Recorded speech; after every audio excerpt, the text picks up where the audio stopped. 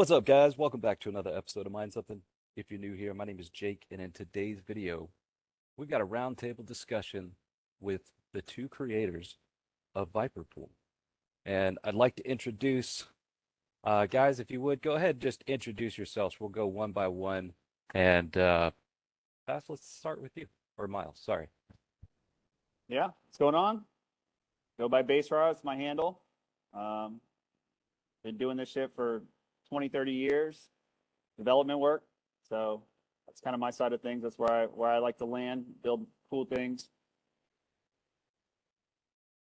Hey, I'm IotaPie322, also known as Matt, and I've been doing embedded software development for 15 years and cloud development work for the past 6 or 7. So we're here. We started a pool, and we ended up on this podcast.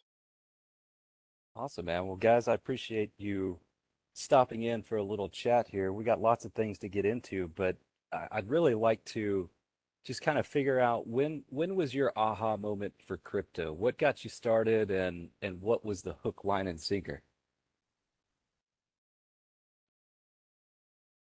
Miles, hook us up. Um, for me, it was actually Turtle Coin.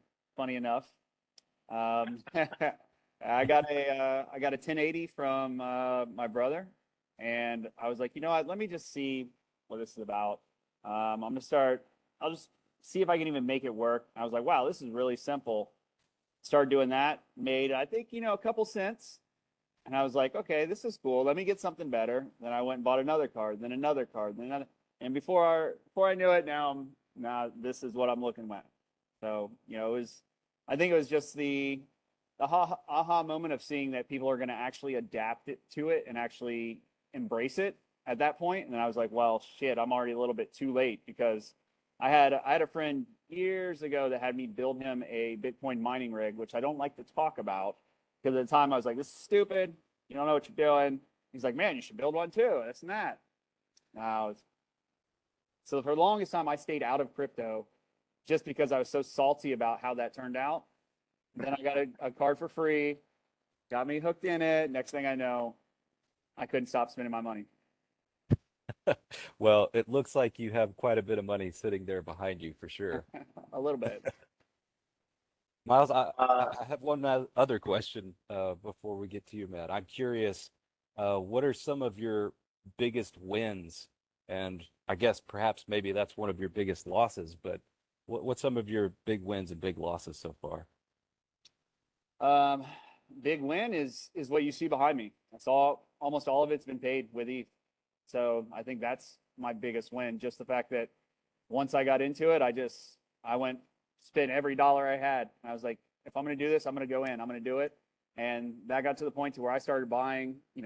Had half of one of these racks, and the rest of it started getting paid off. And then before I know it, they're all paid off, and now it's just making money. Besides electric. Have you been adding GPUs since after the merge, or have you stuck with everything that you had prior?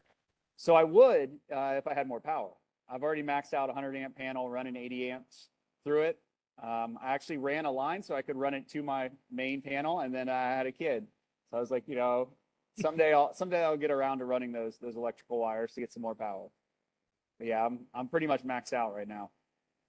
Awesome, man. Well, before the show started, for everybody listening, I asked him what his TPA score so we could size his farm, but he had no idea what that Yeah. was. And if you guys are unaware, I'm going to leave a link down in the description below. Be sure to check that out.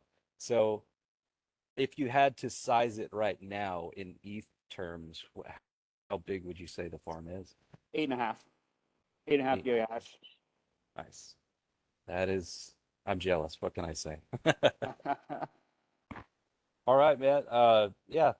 Let's talk about your situation, man. What was it that got you into crypto and how'd you start mining?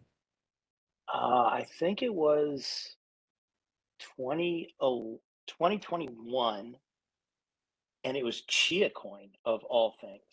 Oh So wow. Yeah, I'd read something on Ars Technica or maybe it was Y Combiner or something like that, and it's like hard drives, huh? And in a previous lifetime, I worked on set-top boxes for Scientific Atlanta and Cisco, and I literally and we had lots of prototypes that would just get scrapped, and so I literally have like 40 or 50 2 gigabyte hard drives or 2 terabyte hard drives laying around. I was like, hey, I've got all this storage space. And that just led me down into creating, buying SAS controllers, and adapting all that and running plotters to fill up these hard drives. And just after a while, you got to the point where you're farming to flex pool. I was like, I'm making like a dime a day. Doesn't make sense. I mean, this just doesn't make sense to me. And then it's like, okay, well, you know, Newegg has this 2060 Super for $450. I can, let me check out this ETH mining. And it just started to balloon from there. And I remember being around the pool and I was like, I was talking to my girlfriend and my buddy at the time. I was like, this sure does seem to be pretty profitable. Why don't we take a go at this? And that 12060 led into about a 6.5 gigahash ETH farm by the time ETH went proof of stake. Wow. Okay. And do you still have that much hardware now? I have more now. You have more now. Okay. Yeah. Well, I mean, everyone, after the merge started getting out, and I had buddies that were getting out, and I should Oh, mention I that. think we lost you. Hello. We got you. I can hear you. Okay. Yeah.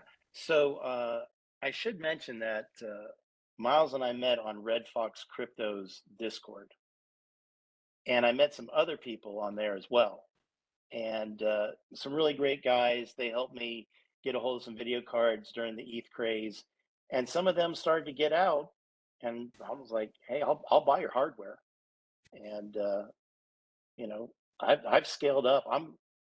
I'm probably another 20 cards from the end of ETH. Wow. Okay. Well, do you guys think that GPU prices are going to continue to go down for a little while, or do you think we already bottomed out, or where do you think the bottom was?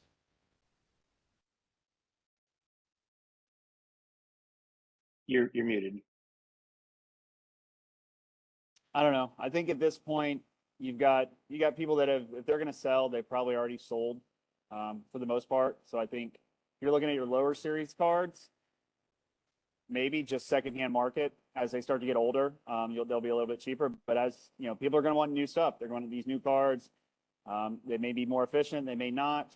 So I think my opinion is I think it's going to stay pretty steady where it's at right now, especially if we come out of this, winter and it's, stuff starts going up, coin prices start going up. People are going to start getting back into it. So I think my opinion is I think we've already seen kind of the dump of everybody who's going to get rid of their stuff. Because people like us who aren't, we're still mining, and we're still if I could get more, I would. Yeah. To add on to that, back in December, I bought two S19J Pro ASIC miners for like $1,300 a piece. They're already going for $1,400 or $1,500 already. I mean, I think December was the low. Okay. Yeah, I'm curious if this recent pump, we've got Nexa, Caspa, Radiant, Dynex up over a couple of 100% at least. If that little pump is going to be enough to get some miners to turn back on. As far as people buying GPUs again, I think it's probably premature to say that that little pump would affect GPU prices, but you know, who's to say for sure? I can't say where we're going to be in, I don't know, let's say Bitcoin turns around and we get up around 35,000 sometime, June or July, something like that. Is that going to be enough to excite people into buying GPUs? I mean, obviously, Bitcoin and many others that produce a lot of emissions are mainly ASICs, and we're getting to a point now with Caspa. I think we surpassed several others, and we're creeping up towards like the top two or three in emissions per day. But there's also a lot of FPGAs on Caspa, so it's hard to say really if it will affect GPU pricing. But I don't know. I'll be here documenting the whole process as we go. I know that. I mean, if people are buying $5,000 FPGAs for Caspa, and that's little miners. Like there are real FPGA farms that have been on Caspa for 6, 7, 8 months now already. Like they're there. They've Yeah, been there. very, very jealous. I wish I would have had that foresight. And I'm sure they're on other coins too. We just don't know about right now. Absolutely. Yeah, yeah, I'd love to know, as far as efficiency and cost per watt and how much an FPGA is worth on each coin, if Caspa is the most profitable. Perhaps there's those out there that are on a coin like Radiant or some other core algo that's much more profitable that I'm not aware of. But I don't run in the FPGA circles and it's pretty hush hush, so I couldn't even speculate. Well, it's not hush hush. It's just getting a hold of the bit streams. I mean, Yeah. Team Redminer, has the bit stream for Caspa, which has a 10% dev fee. But it's worth it because I'm doing what? I've got one of the C1100s, and it does something like 4.6 gigahash for 150 watts. I mean, it's just insane. Did you guys happen to catch Rabbit's video today talking about the hash blade? Did not. Is that still real, or has that been debunked yet? I can't tell if that's actual real product. Now, I don't think anybody can confirm that it's a real product, but I think his enthusiasm towards it being real has increased over some recent development. But, you know, it's hard to say. I don't know a whole lot about the situation other than the little shenanigans that happened in the past. And obviously that's going to Yeah. set some pretty low expectations. But based off the numbers that it was saying that they would do and what they thought it would cost, which would be roughly 1 year ROI, then we're talking about 2,100 bucks or so to do, I don't know, it was like 6 gigahash at like, I don't know. It's basically about 5 times more efficient than what we currently have, which would be pretty incredible. Yeah, I mean, like the Bitmain E9 Pro that has been out, the next big batch is coming out in May. It's got an ROI right now in a crypto winter of a year. Wow. It's funny to see all of the hardware priced in terms of ROI or return on investment because it doesn't cost them anywhere close to that to manufacture these things. And I'm sure it's a very delicate balance to price things in terms of return on investment at the moment that it's released. That could be a pretty big gamble. And like, let's say, for example, if it's worth $2,000 today, but then a month after it comes out and 1,000 people have it, it's only worth, 1/5 of that, or return on investment takes 5 times as long once they hit the network.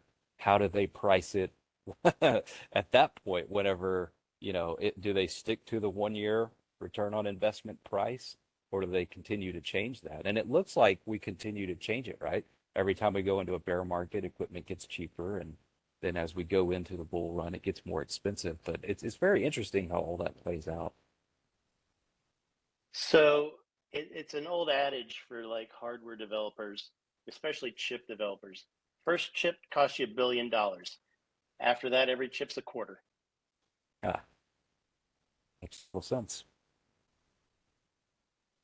Okay, so I want to get into the pool and what it's like to operate a pool. And man, I'm hoping you guys will really just kind of fill the audience in here on the life of a pool operator and all of the experiences that you've had and the expectations that you have going forward. And really, what I want to know is what made you want to operate a pool initially? And Miles, let's start with you, brother. Um, haha. Well, what made me want to operate a pool was the fact that there was just a complete lack of transparency, in my opinion, lack of transparency and lack of stats, lack of updates, and the UIs just sucked. Like if I'm choosing your mining pool, like software is a living creature, it's a living thing. Like it should be consistently maintained, updated, and like a lot of the coins that we were kind of looking at and going through, it's just everybody was using just boilerplate UIs and just stupid things like being able to see like what worker hit a block, like just weird things like that. Just being able to see those kind of stats is what really drew me into it. But honestly, Matt was what drew me into it. He's like, "Hey man, we're gonna start a pool. I know you do development work. Let's do it." Like, I don't know. And before we knew it, it was like, okay, well, let's do the front end. Okay, well, now we got to change this and come a long All way. right, Matt. Since you were the instigator, what made you want to start the pool? So Miles is being very generous right there. So the best way I can describe running a pool is sort of like dating a college cheerleader. You get all sorts of status. It looks really cool, but when no one's looking around, it's just nothing but drama, drama, and you're just like, I just want to sleep. I just want to go to sleep. Um, so I mentioned earlier, like the guys that I met on Discord, and they're really a cool crew. And I was like, hey, uh, let's all solo mine together with the same address, and we would do that. And I took everyone's hash rate and put it into an Excel file, and I sort of like at the end of the day or at the end of a block, I sort of calculated out how much everyone was owed, and that actually worked. And we were mining Ergo on GitBlock, and I was like, oh god, there's got to be an easier way. And so then I found Mining Core, and I was like, oh, look at this, it's got Ergo support. And sort of I set up the pool with the default front end, and I had that crew mine, and I was like, oh hey Miles, hey you with the 8 gigahash, you should come over here and join us in our little crew. And the thing about Miles is if if he sees something not right, he can't leave it alone. He just like he can't ignore it. He's gonna fix it. He's like, hey, let me take a crack at the front end. And I was like, yeah, sure. And before you know it, as we got this entire view front end, and it's beautiful and it's gorgeous, and I'm like, oh wow, man, this is really great. And then it's like, oh, let's check out this Radiant coin, and we can implement, this algorithm, and hey, we got it working, and let's see if let's see how it goes here. And it's like, oh, we're hitting blocks, okay. And it's like, okay, well, let's get on to miner stat, and it just came from a small crew who I have to give credit. They like trusted us with their electricity and their cards, and like helped us launch. Um, and and it just ballooned, and Miles just kept finding little bugs he couldn't ignore. And then we just kept refining the process, you know, making things more reliable, no outages, and uh, and then Miles is like, "Hey, there's this other coin. Let's check it out." And it just keeps ballooning from there. So Radiant was the first coin that you guys started a pool for? Officially, we had played with Yes. Ergo. Yeah, but as you can see, Ergo is gone now. So yeah, we played with Ergo, but Radiant was our baby initially. Yeah, Okay. it's Radiant really like that community. We the thing about catching lightning in a bottle was our Radiant. Like the community was really cool. We uh, lucked into a lot of things. I mean, I remember it was 2 years ago, I think. We were on summer vacation and we were talking to some guys that had some big hash rate, and one of the other pools they were on was having problems, and I was like, hey, hey, you come hang out in our pool, and then the guy was like, well, I need you to do some things for us, and I told Miles, and Miles like, yeah, we can totally handle that. We can do that for you, and we started to get some real hash rate on the platform. I And think I That's remember, I honestly think the biggest thing though is that, and you'll kind of notice this too. Like if you go in Discord and you kind of look in the chat groups and stuff, it's like, a lot of our miners are promoting the pool for us. And I think the reason behind that is because we have this UI, but also because we preach this whole thing about transparency and about showing every fucking stat that we can, on there. Like there's, just on some pools, like there's no reason I shouldn't be able to see like what your average efforts are over a period of time. Unless you're trying to hide something you don't want me to see what that is, like I should be able to see those stats. You have them. So I think just over a period of time of us being involved in the community, being in those rooms and talking to people and, helping them with stuff, even if it's not on our pool, even if they're using another pool, answering questions and just kind of being a part of the community and supporting people, and then they see that, like I said, we're miners too. And we're doing this to, make really what at the end of the day, he's right. I do put a lot in this. I see these small little things, but at the end of the day, I'm building the pool that I want to use because I am using it. And like, most of the stats, most of the stuff that you see on there is because it's something I wanted. oh yeah, We get yeah, recommendations and stuff. So, I mean, I didn't need translations, but, we get recommendations from other people using it. But at the end of the day, like the features we keep adding and stuff like that is really because like, why not? Like the more information you provide to the miners, they can make the decision where they want to go, where they want to mine. And I think that's done really well for us. I think a lot of people end up pushing our pool just because of that, just because they see all the details we give you. Because like even just seeing how much you earned for a specific block, like these pools have it, and some of these bigger yeah. pools Every they've been pool has doing it that. for a long time. It's never been updated, and I think just over a period of time, I just got tired of it, and I was like, all right, man, let's do it. Yep, 100%, 100%. I absolutely love the GUI, man. It's definitely, my favorite one that I've used. And speaking of which, you mind, can one of you give us a brief tour and talk about all of the different coins that you have pulls for? Sure. So right now, the 3 coins that we have on there are Nexa, Radiant, and Vitorium. So as we were talking about, Radiant was kind of our baby that kind of got us started on there. And that was really what kind of launched us in there. And we kind of, got our toes wet and really figured it out. Then we went into looking at Nexa. And now Nexa was interesting because that was a full custom integration development. That took me a long time to get done and go through it. And I think Nexa really stress test all of our everything in our systems. And that's where Hey, you're being way too generous. Like uh, he devoted literally, was it 2 months? Was it 2 months? yeah, probably about that. Yeah. 2 months, like just working backwards, trying to implement. Like he was hardcore into it. Like he dedicated himself. Like And every bit it of the didn't help that success. documentation was a little bit outdated and that, Wild Rig was locked on our plant. That drove me insane because for about 2 or 3 days, Andrew led me on.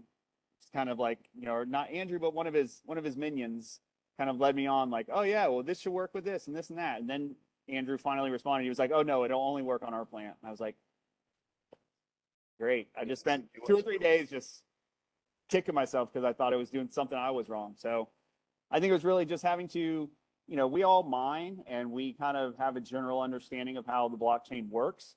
But once you get into custom integrations like this, you really need to know more than just how the blockchain works. I mean, you need to literally understand exactly how it works, how the headers are generated, how they're actually created. Like I haven't had to deal with hex and, actual bits in a long time. And getting into this, I had to go back through and actually refresh my brain of how everything worked. And it was a little tricky at first, but that's going to make it that much easier once we start adding these new points to actually get them integrated quicker, faster, and optimized.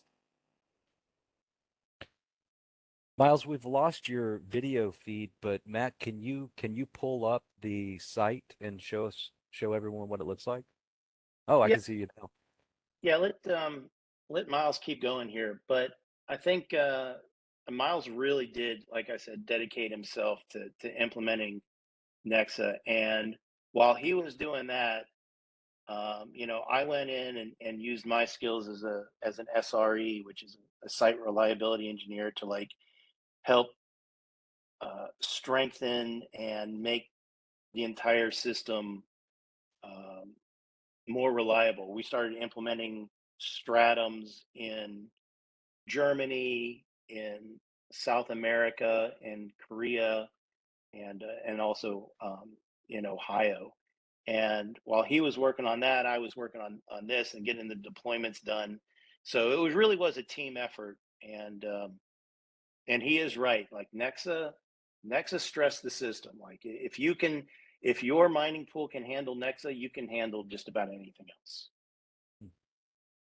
I remember the Nexa R plant situation very vividly, and that's part of what kind of strengthened our relationship actually, was just being active there in the discords and knowing the, I'll just straight up call it manipulation of the situation. And there really wasn't, you know, no apologies there. It's kind of blunt, like, yeah, yeah, this is what we're doing. You can't have it.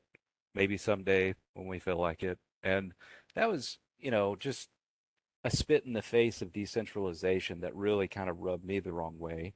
And I'm glad that we are way past that point and have moved on.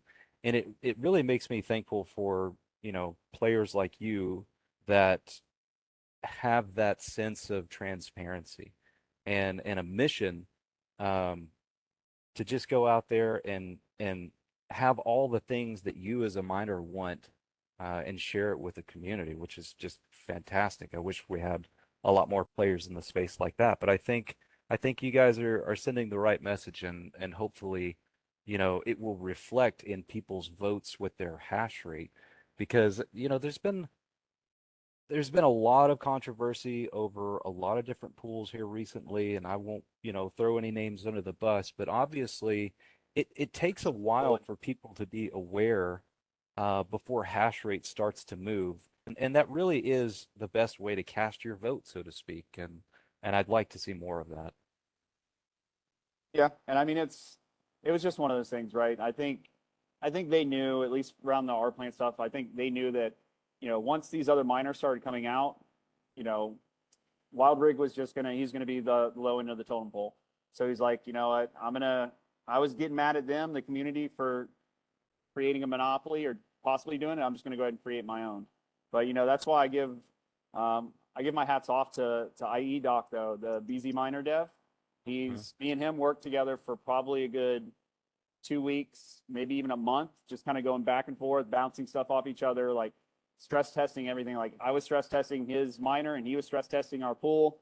And I think we had a really good working relationship to kind of help each other out at the same time. And, obviously I couldn't help him on the math side of things, which was kind of great, because then Lollydeb kind of came in and they kind of teamed up, which kind of then just put Wild Rig just down. It was not even a thing anymore, kind of situation. So I think in the end, it worked out the way it needed to, but it's just, I think that kind of collaboration and that kind of, you know, karma's a bitch, and it's going to come around.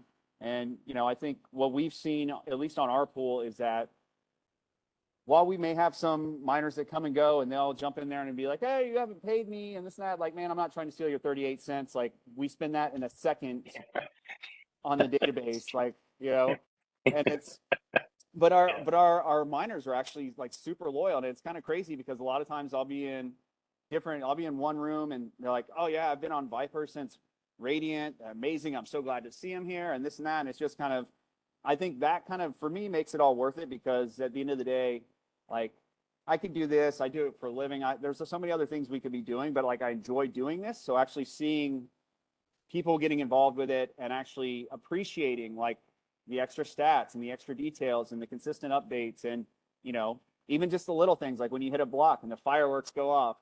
That's my favorite, is when people actually see that when they hit a block on our pool and their whole screen lights Absolutely. up with fireworks.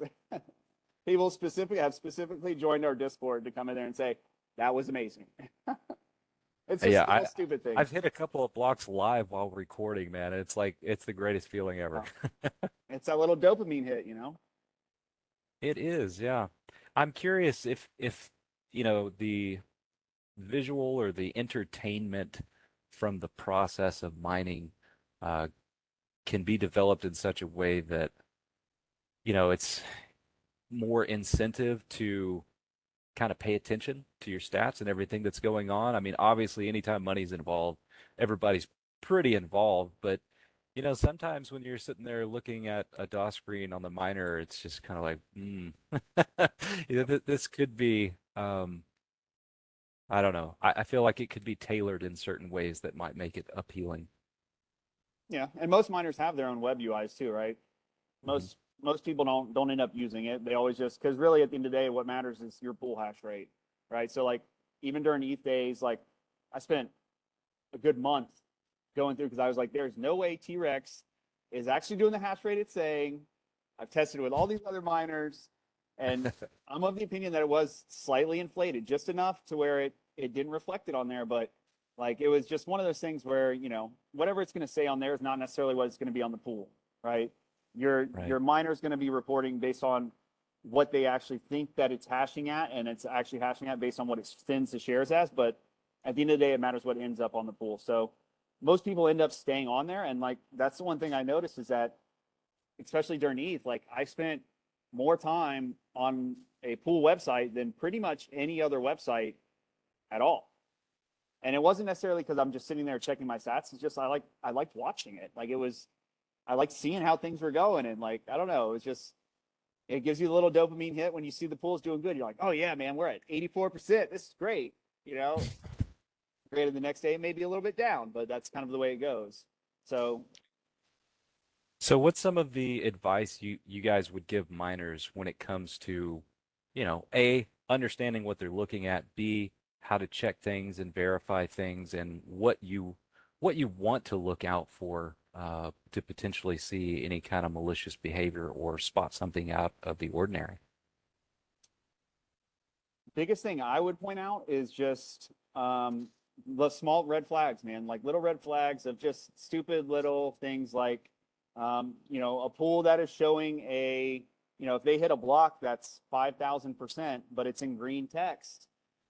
Why? Why is it in green text? Yeah, that's They're, ridiculous. they're playing mind games with you, Yeah. and there's a reason for that. There's a reason why they're not showing it, and there's if they're showing on their website and they're saying your earnings are this, but actually those earnings are just a calculator value, and that's not actually what you're getting paid.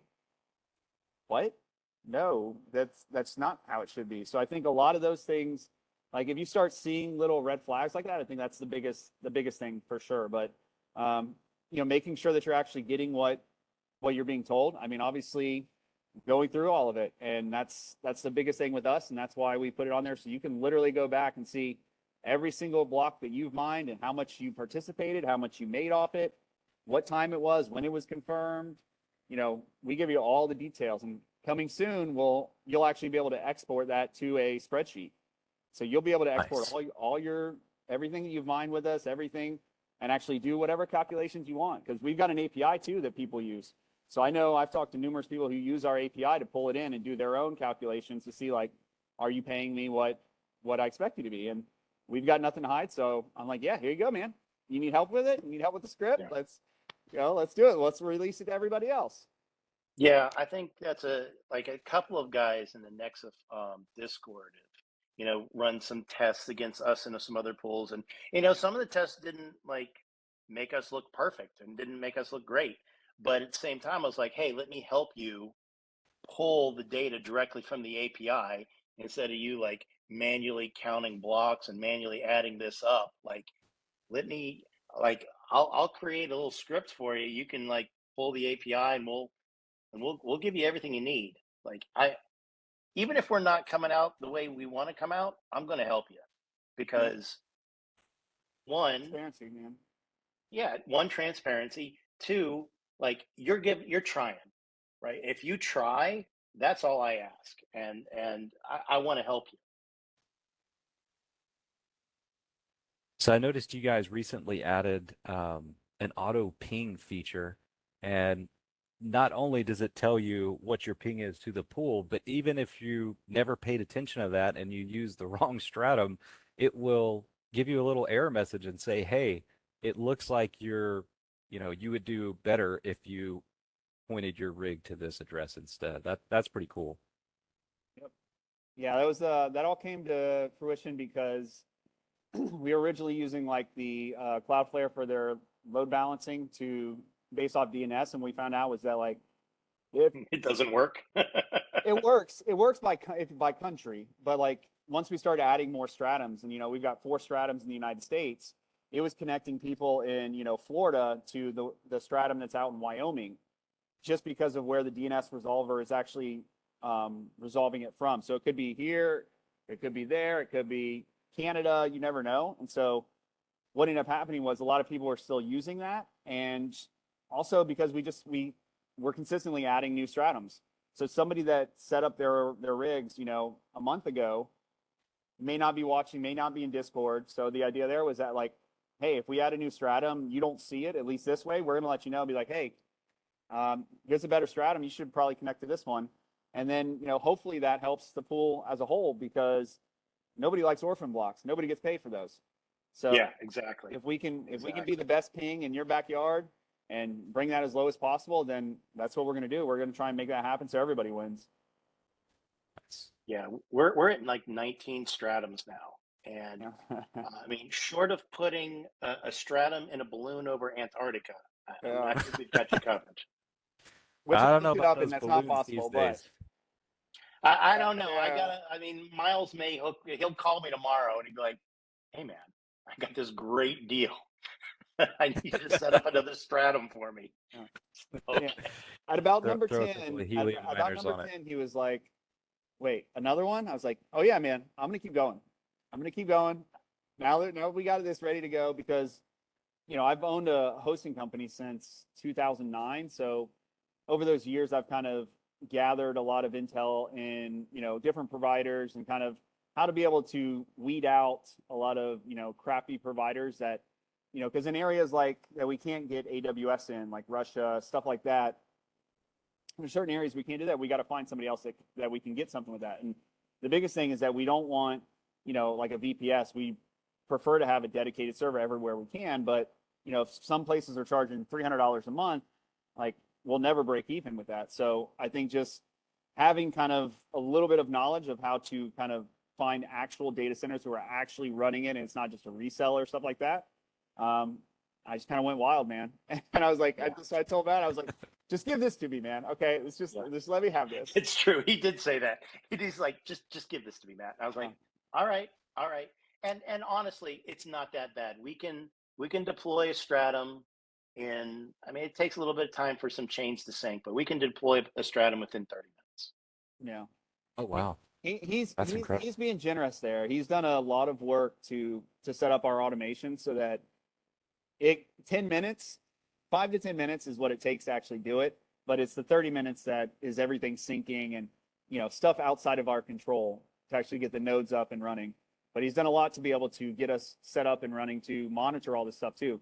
Get pages of when something goes down. So, it's you go through hurdles of figuring out a lot of this stuff out. I think between the two of us and the experience that we have kind of in the industry, and being able to kind of lean back on that to kind of now use that to help benefit everybody else that's coming to our pool that's using it and stuff like that. Because right now we're not profitable. We're losing money. We're spending money. But like we enjoy it, and then, like it's what we do. So if we can take that into something that we spend every day of our lives invested into just constantly, why not? So, well, now that you guys have kind of automated the process, what's next for you guys? What's currently in the works, or what can you share with us about the future of Viper? I'll Well, let you take that the one, Matt. last, yeah, let me just say one thing. Like Nexa showed everything that could possibly go wrong in a mining pool. Yeah. And we made some choices early on. Like we host our database with active failover in AWS, and we pay a lot for that. But that decision has saved us time and time again where we've had no downtime. I am utterly convinced that Wooly, where they lost their database and didn't know about it or lost part of their database for 2 months, I'm convinced that that was because of the 5,000 confirmations with Nexa. And we've never gone down. We've had to pay for it. And the last 3 weeks, Miles has just done an amazing, miraculous job where he has completely re-architected the entire database handling system.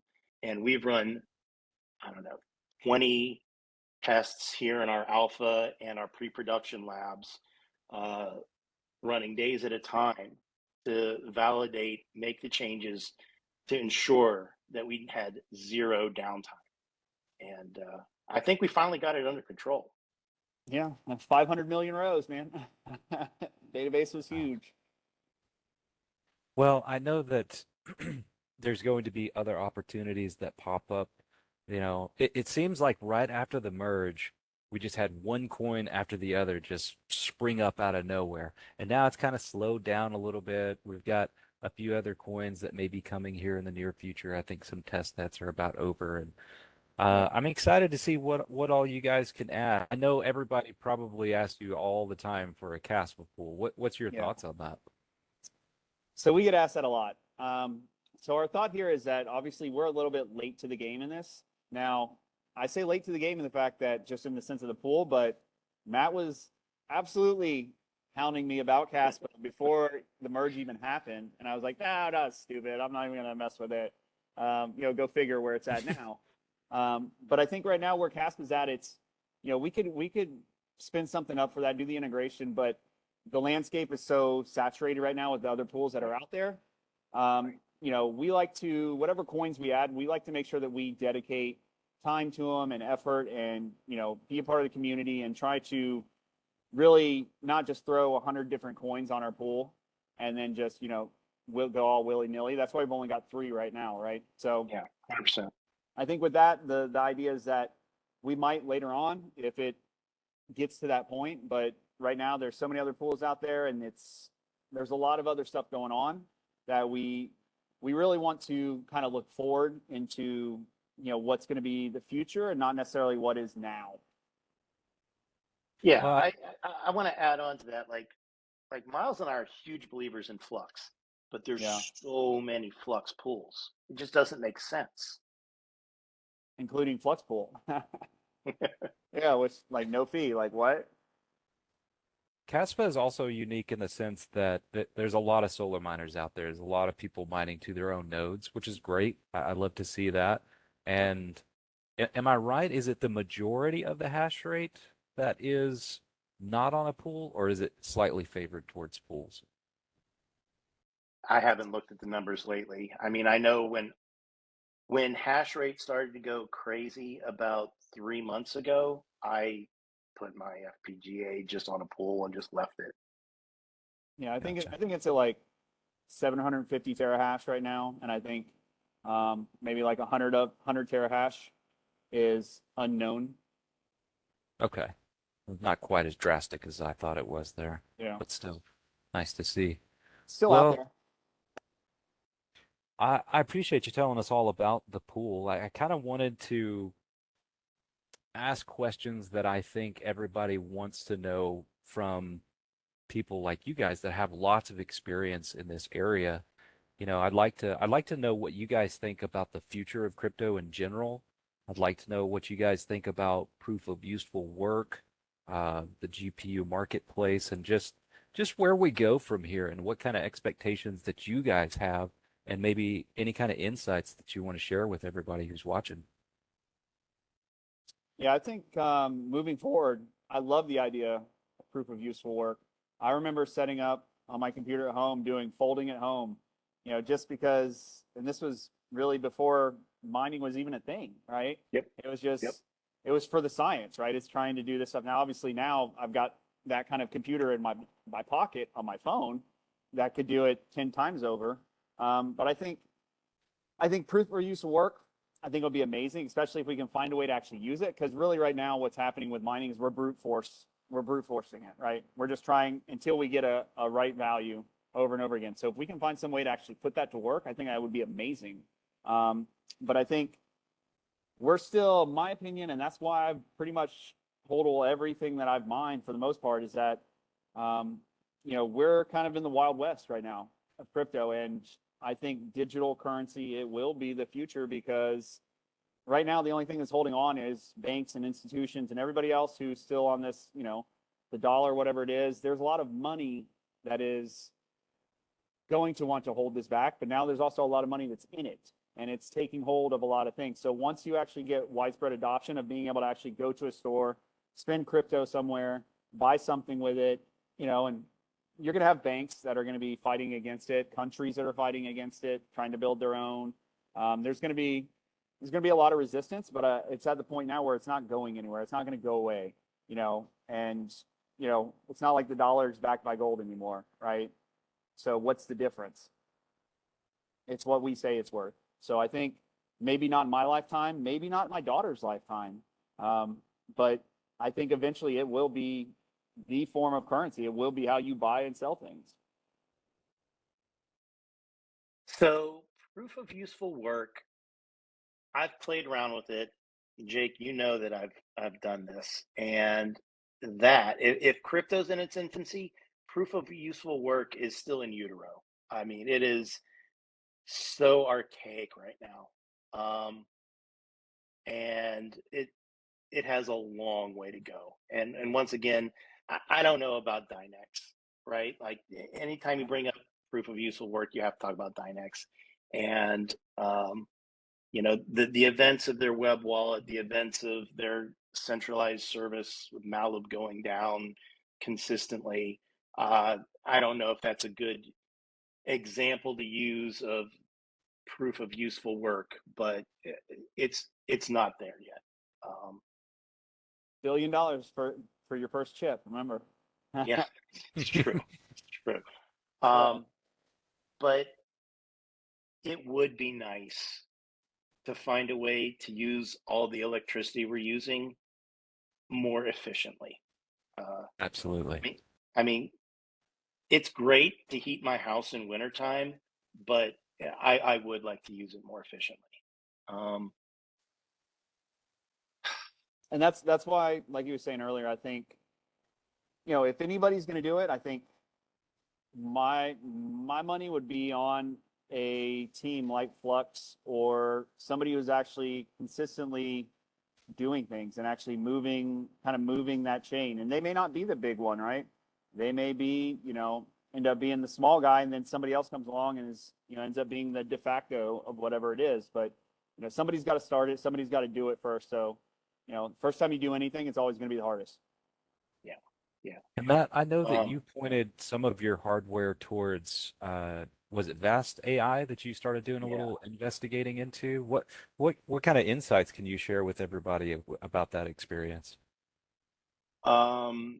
Commodity, even X50, X570 motherboards won't do. Like those people that are doing machine learning and renting out machine learning rigs, they want 4090s and lots of 4090s, 3 or 4 on a rig. And you have to have an epic motherboard or at least a Threadripper motherboard that has massive PCI channels to do that. And the investment there for a miner, for an individual, is substantial. So you're not just going to be able to take your mining rigs and jump into proof of work, useful work. It's going to be massive investment.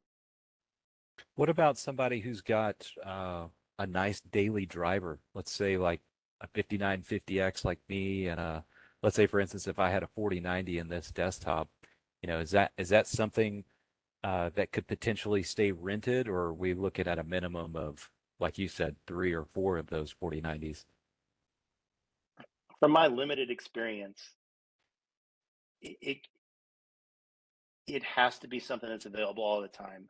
It has to be sitting in a corner, waiting to be rented, being rented. You can't use it as a daily driver. And even then, even a single 4090, I don't know. I mean, it may get rented, but they're looking for serious hardware, like serious hardware. Gotcha. Right Yeah, I on. mean, who knows what happens? We may have quantum computers here soon. Show up and, put all of us out of business.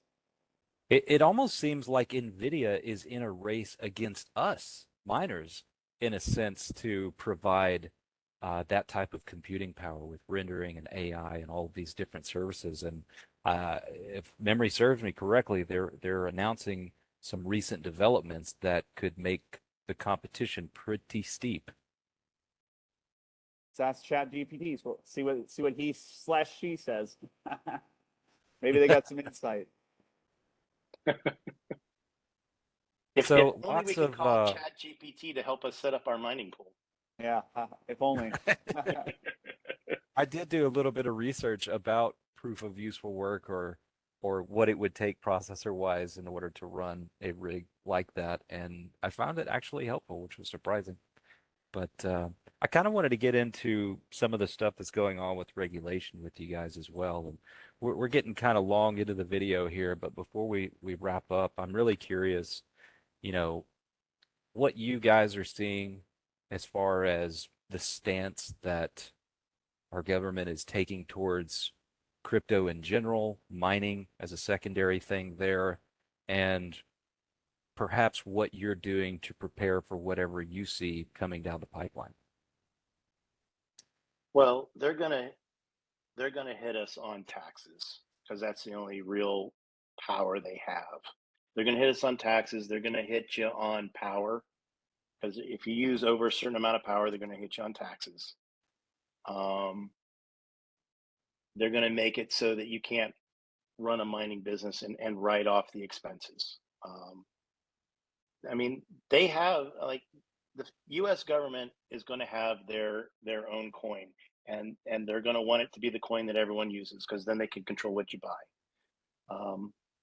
Now they can't shut down mining, right? Not proof of work mining, um, but they'll tax you and they'll find ways to make it disincentivized if they want to. I think it's just a little, in my opinion, the whole situation is just, it kind of leans back just to new things and stuff that you can't control. You're gonna act like a dictator, and you're gonna want to be able to control it, whether it is through taxes, whether it's through trying to raise prices for energy. And some of the bullshit that just upsets me a little bit about it is that, some of them take the stance on, oh well, it's, the environment and this and this and that. Well, if you really care about the environment, then do something about climate change. Like, there's a lot of other things here that are going on that could be addressed, outside of just mining. I get it's an easy target. Go for it if you want to, but I mean, it's just one of those things where you start to affect other businesses, or you start to cut into somebody else's bottom line, wherever it is, whoever's it's affecting that is losing money. They're going to try and find some way to cut it out, to shut it down, to tax it, to do something, to take control. And I think, it's not going to be stopped. And like Matt said, they may just start taxing the shit out of us on it. They may, do it on power. Then who knows? At that point, maybe it's more, cost effective to just put solar all over your whole neighborhood. Run a line to your neighbor's house. Yeah. Things will change, things evolve. Where we're at right now, in a year, we may be in a totally different spot. And I may be having this conversation going, yeah, man, I just filled up my roof with solar panels because the tax rate of 50% over, 10 kilowatt hours. Miners will find a way, right? Um, If there's money to be made, miners will find a way. you know, it's gonna For happen. sure. I'm definitely adding more solar as I go. I'm thinking about uh, upgrading the inverter in the shop and then moving that one to the house and then adding solar to the house and then adding more solar to the shop because I'm pretty much maxed out at this point. I think I'm probably averaging somewhere around 7 cents per kilowatt hour. It kind of depends on what I'm mining because I'm only producing so many kilowatt hours per day. So if I'm mining Caspa, it's covering, roughly 50% of everything that I'm using. So my rate goes down drastically as opposed to mining something like Nexa. I may only be covering about 1/3 of what I'm using. So, but I agree. I think we're going to figure out a way, and they're going to try and make it more difficult. It's just a constant cat and mouse game, right? But Yeah, but I think once Always again, has been. miners and the coin operators, like they'll see that, they'll adapt. You couldn't run ETH right now. Like the amount of power requirements and the heat given off, you just couldn't run ETH, right? But Aspa, Radiant, super efficient, very mhm. profitable. I mean, it's 7 cents. My God, man, you're printing money. The crazy part thing too about your solar that always drove me crazy when I was looking at it is that you're converting it from DC to AC back to DC on Mhm. your actual rigs. So like, if you had enough time and money to go through it and actually get DC power supplies and get it set up and do all that, I mean, you could essentially have, much more efficiency coming out of those panels or whatever batteries you're storing it into or however you're doing it to collect the power because, you basically lose efficiency once you start converting it, to 120 and then you're going right back. So it's, Absolutely. Yeah, at there's that a there's point, a See, huge loss there. this is what Miles does. He's like, oh, we could just do this, or we could just do this, and then all of a sudden you have a whole new user interface to your mining pool. but that's He's what a I'm man saying. after my own heart, man. I sit around and dream up ideas like, what if I put some type of Peltier circuit on the back of the GPU and created heat and then put that into batteries and then I'm powering my batteries with the heat from the GPUs. I go way down the rabbit hole, guys. Well, I think that's what will happen though, right? Is if we start getting taxed more or they put restriction on power or whatever it is, people are going to innovate. They're gonna these ideas that we're just kind of laughing about and discussing right now may be more viable in a year, in 2 years, in 5 years, because at that point it's so expensive to mine that spending a couple $1,000s to get a setup and actually figure it out may be cheaper. And then what? Then you start selling it. Then before you know it, you're the one selling the pickaxes during the gold rush. I mean, there's a reason data centers run off DC. Yeah. Yep, makes sense. Makes total sense.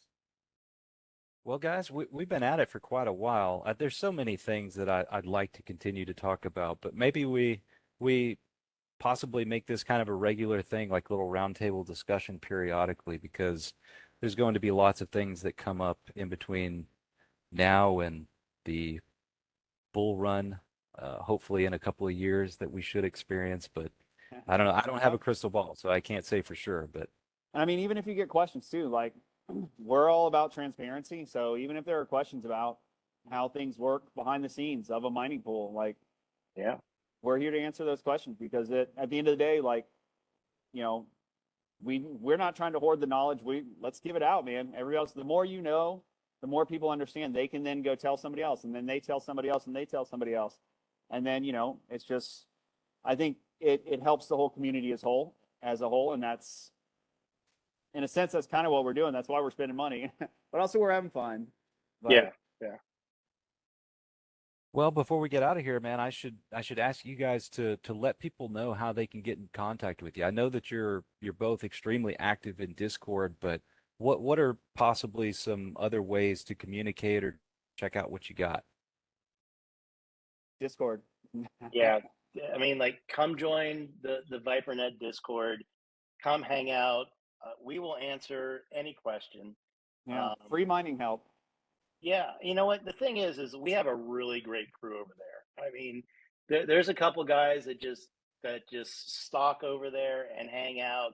And to be honest, there's no way we could handle all the questions that come in there, and they jump in and save our butts all the time. So to the crew on Discord, Mike, Havoc, Fuzzy, like, you guys are the best. Awesome. All right, before we get out of here, last thing I want to ask you guys. This is not financial advice for anybody listening. This is just for fun. But what's your favorite horse in the race, and what do you hope to see for price at the end of the next bull run? Oh, geez. So I won't lie. Anytime I sell crypto, I buy Flux and I buy Bitcoin.